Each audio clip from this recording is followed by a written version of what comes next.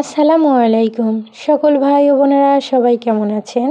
যে যেখান থেকে আজকের ভিডিওটি দেখছেন সবার প্রতি আন্তরিক ভালোবাসা ও অভিনন্দন জানিয়ে শুরু করছি আজকের video.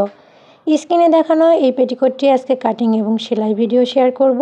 Sonia cooking and seeing চ্যানেলের পক্ষ থেকে আমি সোনিয়া রয়েছি সম্পূর্ণ ভিডিও জুড়ে আপনাদের সাথে। তো এখানে আমি 2 গজ 6 গিরা পরিমাণ কাপড় নিয়েছি 2 হাত বহরের। প্রথমেই আমি বেল্টের কাপড়টা আলাদা করে নিচ্ছি। আজকের পেটিকোটের লম্বা হবে 40 ইঞ্চি এবং কোমর হবে 40 ইঞ্চি। তো এখানে 10 ইঞ্চি পরিমাণ দাগ দিয়ে আমি কাপড়টা আলাদা করে নেব। বেল্টের কাপড়ে 40 বা 40 থেকে যখনই উপরের দিকে যাবে তখনই জোড়া পড়বে। তো দেখুন আমি দাগটা মিলিয়ে দিচ্ছি।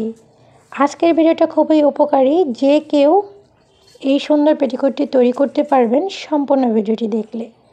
ভিডিওটি আপনাদের ভালো লাগলে অবশ্যই লাইক কমেন্ট শেয়ার করবেন, চ্যানেলটাকে সাবস্ক্রাইব করে পাশে থাকা বেল বাটনটি অন করে রাখবেন, যাতে করে আমি পরবর্তী ভিডিও আপলোড করা মাত্রই আপনার ফোনের নোটিফিকেশনে সবার আগে পৌঁছে যায়।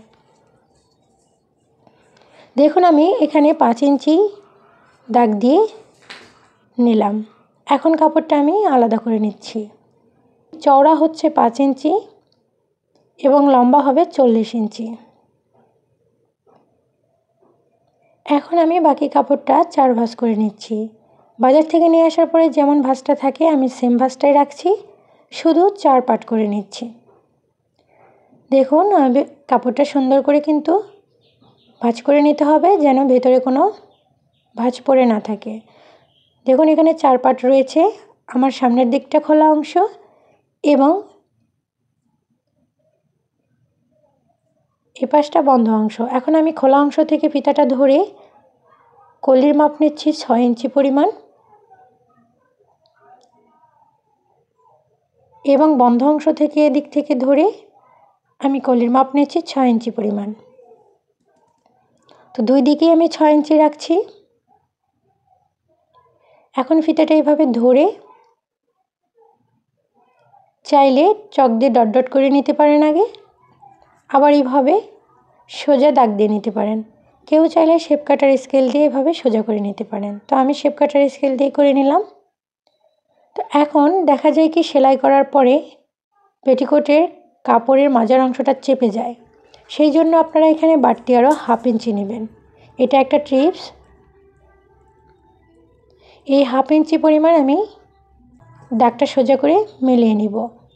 1/2 ইঞ্চি বেশি নিলে সেলাই করার পরে কখনোই পেটিকোটের মাঝার কাপড়টা চেপে যাবে না। তো এখন দেখুন 6.5 ইঞ্চি এসেছে আর এই বন্ধ অংশ থেকে আমার 5 ইঞ্চি এসেছে। তো এখানে মোট 6টি কলি বের হবে। আমার হাতের বাম সাইড 4টি বের হবে এবং ডান সাইড 2টি বের হবে। এখন আমি জোড়া অংশগুলো কেটে আলাদা করে নিচ্ছি। একদমই সহজ। আজকের ভিডিওটা একটু বড় হচ্ছে, কেউ টেনে টেনে দেখবেন না, সম্পূর্ণ ভিডিও দেখুন, ইনশাল্লাহ উপকারে আসবে। তো দেখুন সেলাইয়ের ক্ষেত্রে ছোট কলিগুলো সোজা অংশটা বাঁকা বড় কলির বাঁকা অংশের সঙ্গে এভাবে রেখে সেলাই করতে হবে। আমি আপনাদের বোঝার স্বার্থে আরও একবার দেখিয়ে দিচ্ছি। দেখুন আমার হাতে যে কলিটি দেখতে পাচ্ছেন এটা বড় কলি, অর্থাৎ পেটিকোটের মাঝখানে থাকে। বড় কলি বের হবে 2টা এবং ছোট কলি বের হবে 4টা। দেখুন এই সাইডটা কিন্তু বাঁকা, কাপড়টা কাটিং করার পরে বড় কলির এই অংশটা বাঁকা থাকে এবং ছোট কলির এই অংশটা সোজা থাকে। তো ছোট কলির যে পাড়ের অংশটা থাকে, কাপড়ের যে পাড়ের অংশ থাকে, দেখুন এই অংশটা সোজা, এই সোজা অংশটা বাঁকা অংশের সঙ্গে এভাবে মিলিয়ে সেলাই করতে হবে। আমি সেলাই ভিডিওতে আপনাদের আরও ডিটেলস ভালো করে বুঝিয়ে দেব। তো দেখতে থাকুন পুরো ভিডিওটি, ভালো লাগবে ইনশাল্লাহ। দেখুন আমি আরও একবার দেখিয়ে দিচ্ছি, সোজা অংশের সঙ্গে বাঁকা অংশ সেলাই হবে। তো চলুন সেলাই করে আপনাদের মাঝে দেখিয়ে দিই।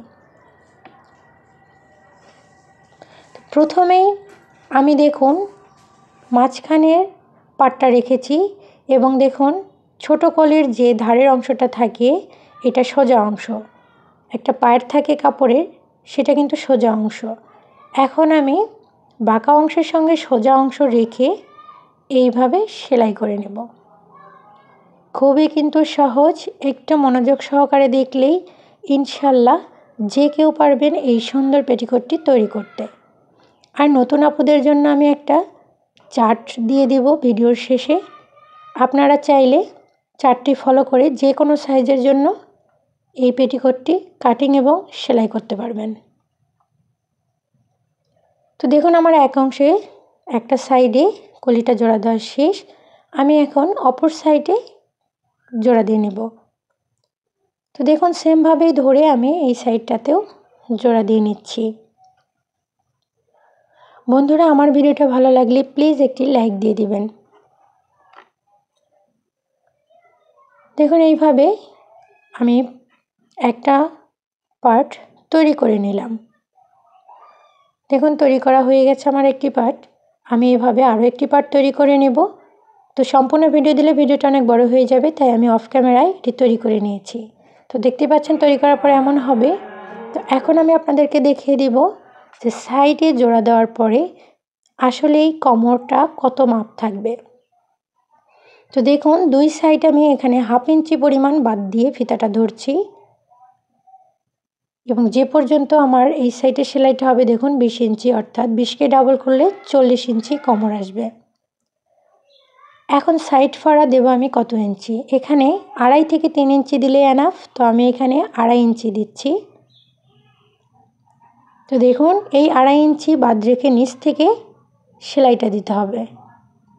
তো চলুন আমি সেলাই করে আপনাদেরকে দেখিয়ে দিই। তো এই তো আমি সাইডগুলো এভাবে জয়েন্ট করে নেব। আমার সাইড জয়েন্ট দেওয়া শেষ। এখন আমি সাইড ফাড়াটা সেলাই করে দেখাবো। তো সাইড ফাড়া সেলাই করা খুবই সহজ। আমরা কামিজে যেরকম সাইড ফাড়া সেলাই করি, তো সেমভাবেই আমি এই সাইড ফাড়াটা সেলাই করে নেব। একটু মনোযোগ সহকারে দেখলেই ইনশাল্লাহ আপনারাও পারবেন যে কোনো সাইজের জন্য 6-7 পেটিকোট তৈরি করতে। তো দেখুন আমার সাইড ফাড়াটাও সেলাই করা শেষ। এখন আমি চলে যাব কোমর বেল্টটা জয়েন্ট করে নিতে। তো দেখতে পাচ্ছেন আমার পেটিকোটের সাইডগুলো সেলাই করা শেষ। এখন আমি আরও একবার আপনাদেরকে সেলাইয়ের পরে মাপটা দেখিয়ে দিচ্ছি। আমার সেম মাপটাই আসছে 20 ইঞ্চি। তো এখন পেটিকোটটা উল্টা দিকে রাখতে হবে এবং বেল্টের কাপড়ের ভেতর অংশটা সিধা রাখতে হবে।